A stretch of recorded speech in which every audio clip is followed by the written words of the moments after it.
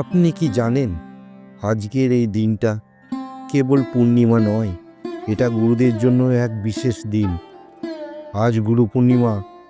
এই দিনে আমরা শ্রদ্ধা জানাই আমাদের জীবনের সেই সকল গুরুজনকে যারা অন্ধকার থেকে আলোয় এনে দেন। গুরু মানে শুধু একজন শিক্ষক নয়, গুরু মানে যিনি জীবনের পথ দেখান, ভাবনার দিশা দেন, আত্মিক উন্নতির সেতু তৈরি করেন।